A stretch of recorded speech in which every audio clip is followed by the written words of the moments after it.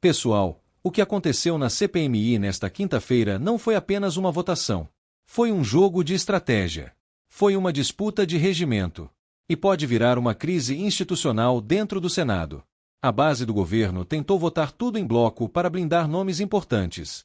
A oposição perdeu a primeira votação. Mas aí veio a virada. Uma jogada silenciosa, regimental, cirúrgica. E no meio disso tudo, parlamentares da base simplesmente não estavam na sala. Agora eu te faço uma pergunta.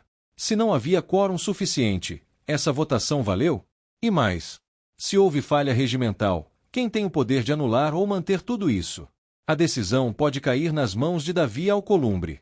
E dependendo do que ele decidir, a oposição sai fortalecida. Ou o governo respira e vira o jogo. Ou o Senado entra numa guerra interna. Hoje você vai entender o que realmente aconteceu na votação simbólica conduzida por Carlos Viana.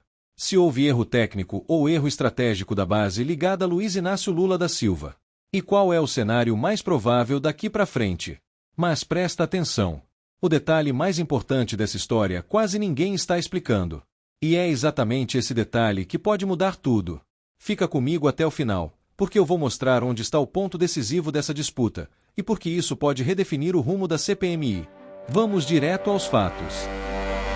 Os que não aprovam, por gentileza, se levantem e se manifestem. Vamos lá. 1, 2, 3, 4, 5, 6, 7. Não, tem suplente levantado aí. Tem suplente aí. Quem que é? Oi? Só os titulares. 1, 2, 3, 4, 5, 6, 7. A pauta está aprovada.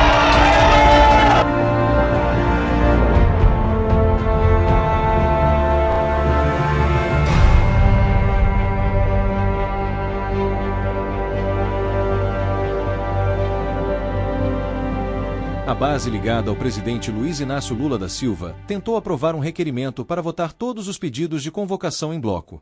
Objetivo político: evitar desgaste individual em cada nome, blindar figuras politicamente sensíveis, impedir que a oposição criasse narrativas específicas sobre cada convocado.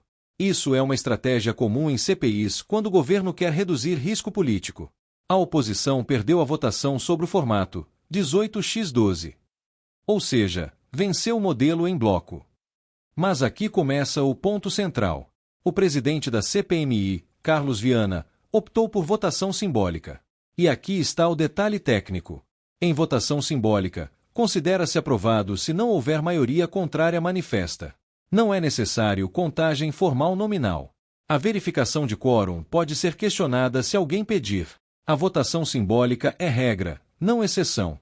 Segundo o relato, estariam presentes apenas 14 parlamentares.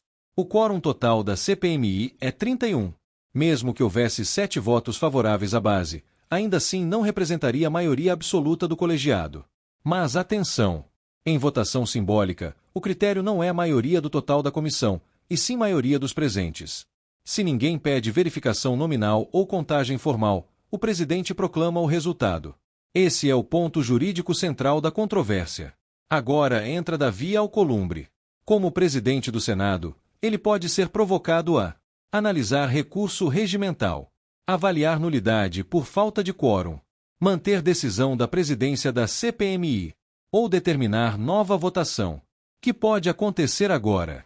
Cenário 1. Alcolumbre mantém a decisão. Se ele entender que a votação foi simbólica, não houve pedido formal de verificação de quórum no momento, o rito foi respeitado, ele mantém a decisão de Carlos Viana. Consequência: vitória política da oposição, enfraquecimento momentâneo da base, aumento da tensão entre governo e Senado. Cenário 2. Alcolumbre anula a votação. Se entender que não havia quórum mínimo de funcionamento, houve vício formal no procedimento, pode mandar refazer a votação. Consequência: base ganha nova chance. Oposição acusa interferência política. A CPMI entra em guerra regimental. Cenário 3. Solução intermediária. Ele pode determinar esclarecimentos técnicos, pedir manifestação da advocacia do Senado, postergar decisão. Isso reduziria desgaste direto. Análise política mais profunda. Alcolumbre é conhecido por perfil pragmático, defesa institucional do Senado, evitar confronto direto desnecessário. Ele dificilmente tomará decisão puramente ideológica. A tendência histórica dele é preservar a instituição e evitar criar precedente perigoso. Porque se anular votação simbólica sem provocação formal imediata, isso pode abrir precedente para questionar várias decisões futuras. O ponto central do caso. A pergunta-chave é: houve pedido formal de verificação de quórum no momento da votação? Se não houve, a chance de manutenção da decisão aumenta muito. Se houve, o cenário muda completamente. Impacto político. Se mantida, a oposição sai fortalecida. A base fica exposta. A CPMI ganha temperatura. Se anulada, governo respira. Oposição radicaliza discurso. O debate vira institucional. Brasil. Estamos começando mais um ano em meio a debates intensos, divergências políticas e desafios econômicos. Mas antes de qualquer lado, qualquer ideologia ou qualquer disputa de poder, existe algo maior: a nossa nação. Este é um ano que exigirá maturidade, exigirá vigilância, exigirá responsabilidade de quem governa e consciência de quem acompanha. Que seja um ano de menos manipulação e mais verdade, menos idolatria política e mais senso crítico, menos divisão e mais compromisso com o que realmente importa: o futuro do povo brasileiro. Não importa se você apoia governo ou oposição. O que importa é que o Brasil esteja acima de projetos pessoais. Que nossas instituições sejam respeitadas. Que a justiça seja aplicada com equilíbrio.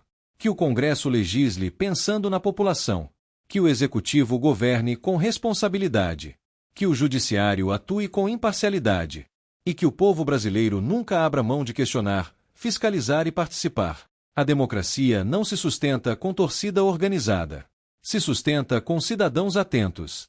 Que este seja um ano de coragem para denunciar o que está errado, mas também de sabedoria para reconhecer o que está certo.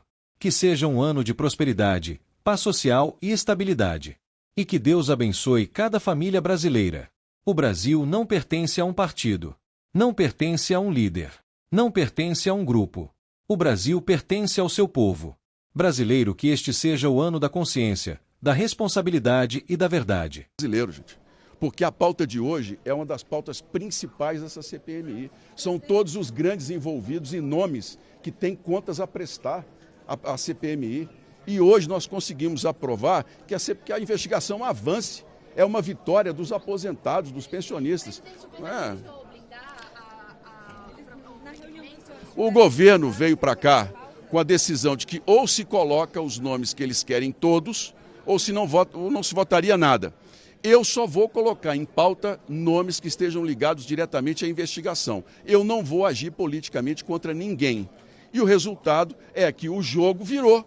Vieram para cá tentando blindar toda a pauta, não tiveram os votos necessários de acordo com o próprio regimento, a pauta está aprovada e nós vamos dar sequência na CPMI. São vários requerimentos, mas o do Lulinha é o que chama mais atenção. Essa reação toda é pelo requerimento do Lulinha? Olha, ali todos são tratados de maneira igual.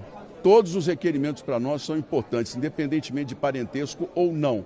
Há informações fundamentais ali sobre a questão de pessoas que eram laranja, que os receberam dinheiro, gente que em todo momento estava participando e foram citados nas investigações, que agora nós vamos saber se tem culpa ou não, porque é quebra de sigilo, não é nem convocação, vamos dizer assim, dessas pessoas. É o sigilo que está sendo quebrado e a gente vai poder analisar com mais tranquilidade se tinha culpa ou não nessa história. Muito obrigado, gente. Os que não aprovam, por gentileza, se levantem e se manifestem. Vamos lá. 1, 2, 3, 4, 5, 6, 7. Não, tem suplente levantado aí. Tem suplente aí. Quem que é? Oi?